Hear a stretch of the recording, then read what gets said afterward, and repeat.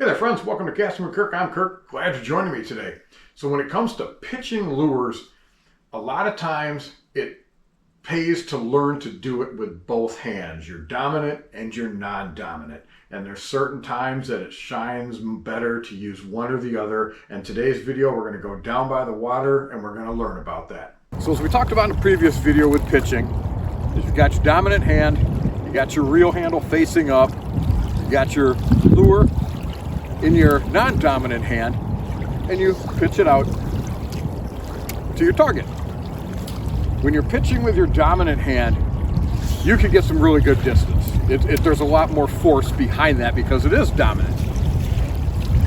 You learn to practice with your non-dominant, and it's a little more subtle of a pitch.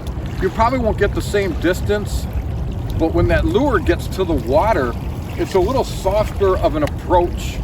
It doesn't make such a big splash. You can be a little more stealthy, I guess you would say, in giving that lure to the bass.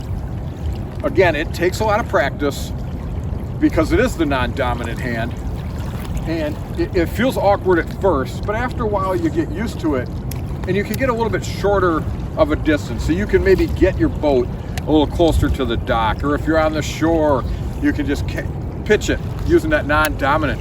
And the cool part is when you learn to do this, you're all set to just pitch it right back out. If you pitch it out, you see one, he goes for it, you miss him, you can get that lure right back in, pitch it right back out. You don't have to worry about switching hands. We talked about in another video, when you do switch off your hands, you're now set immediately to get a hook set if they hit it right away.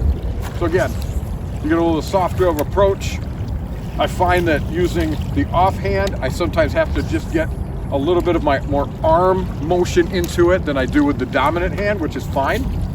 But again, you can get just a nice, soft little approach into the water. Well, thank you folks for joining me today. And you folks have yourself a fantastic day.